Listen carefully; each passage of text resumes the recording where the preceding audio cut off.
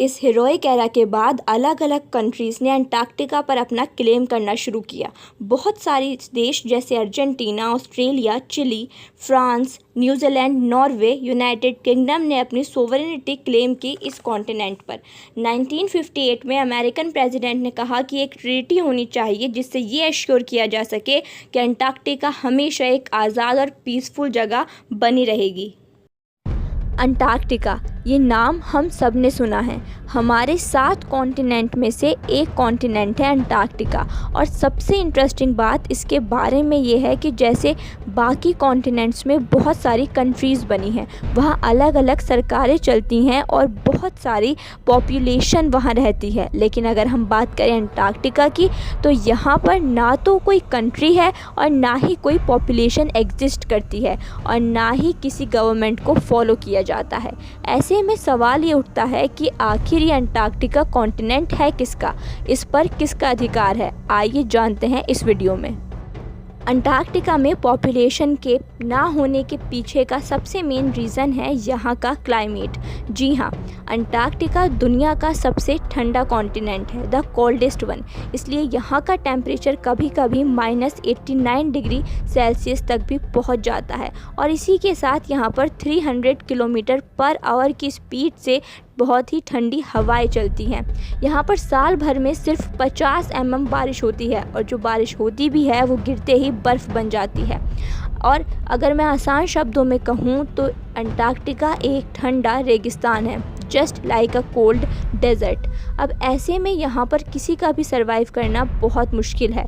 लेकिन इसका मतलब ये नहीं कि दुनिया के अलग अलग देशों ने अंटार्कटिका पर कब्ज़ा करने की कोशिश नहीं की।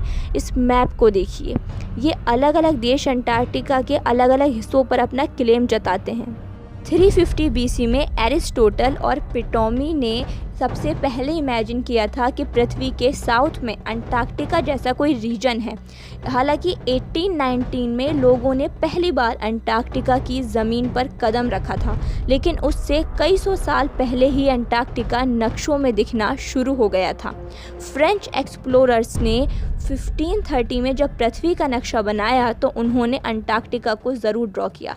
इसमें एक तरफ नॉर्थ हेमिस्फीयर है, दूसरी तरफ साउथ हेमिस्फीयर। इस साउथ हेमिस्फीयर में के बीच जो सबसे बड़ी ज़मीन है वही अंटार्कटिका है। उस समय उन्होंने इस ज़मीन को नाम दिया था Terra Australis Incognita. It means unknown southern land, क्योंकि उस समय हमें नहीं मालूम था कि अंटार्कटिका कैसा दिखता है, वहाँ का क्लाइमेट क्या है, वहाँ पर कैसे लोग रहते हैं। इसके बाद ईयर 1773 में captain James cook Antarctica circle को पार करने वाले पहले व्यक्ति बने।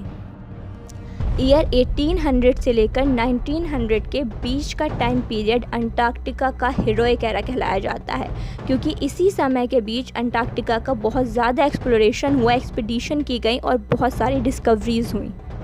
इस हीरोइक एरा के बाद अलग अलग कंट्रीज़ ने अंटार्कटिका पर अपना क्लेम करना शुरू किया। बहुत सारे देश जैसे Argentina, Australia, Chile, France, New Zealand, Norway, United Kingdom ने अपनी सोवरेनिटी क्लेम की इस कॉन्टिनेंट पर। इसके अलावा कुछ और देश जैसे USA, Japan, Sweden, Germany, Belgium, Soviet union, जो सिर्फ यहाँ एक्सप्लोर कर रहे थे बिना कोई टेरिटरी क्लेम किए हुए। कुछ देशों ने अपने परमानेंट रिसर्च स्टेशन इस्टेब्लिश किए अंटार्कटिका में, सिर्फ और सिर्फ ये दिखाने के लिए कि भाई देखो, यहाँ हमारे रिसर्चर्स परमानेंटली रह रहे हैं, काम कर रहे हैं, इसलिए ये हमारी ज़मीन होनी चाहिए। 1958 में अमेरिका के प्रेसिडेंट कहते हैं कि एक ट्रीटी होनी चाहिए जिससे ये एश्योर किया जा सके कि अंटार्कटिका हमेशा एक आज़ाद और पीसफुल जगह बनी रहेगी। 1 दिसंबर 1959 को अंटार्कटिका ट्रीटी को साइन किया जाता है। इस ट्रीटी के 3 मेन पॉइंट्स थे कि अंटार्कटिका को सिर्फ पीसफुल पर्पस से देखा जाएगा।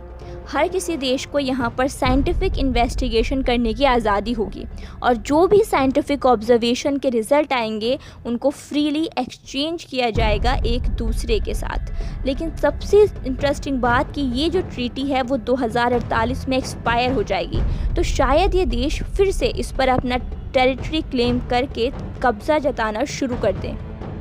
अगर बात करें भारत की तो 1981 में इंडिया ने अपनी पहली एक्सपीडिशन टीम अंटार्कटिका भेजी थी, जिसे लीड किया था मरीन बायोलॉजिस्ट डॉक्टर सैयद ज़हूर कासिम ने। ईयर 1991 में एनवायरनमेंट प्रोटेक्शन ट्रीटी साइन की गई। इसके तहत कोई भी कंट्री अंटार्कटिका में माइनिंग नहीं करेगी। हालांकि टूरिज्म के तौर पर टूरिस्ट अंटार्कटिका में आते जाते रहेंगे। अंटार्कटिका कोई कंट्री नहीं है और ना ही इसके पास कोई अपनी फोर्स या आर्मी है। अंटार्कटिका में माइनिंग करनी चाहिए या सिर्फ रिसर्च सेंटर और टूरिज्म के लिए ही इसका यूज़ करना चाहिए? आप लोगों का क्या ओपिनियन है इस सब के बारे में कमेंट बॉक्स में ज़रूर बताइएगा।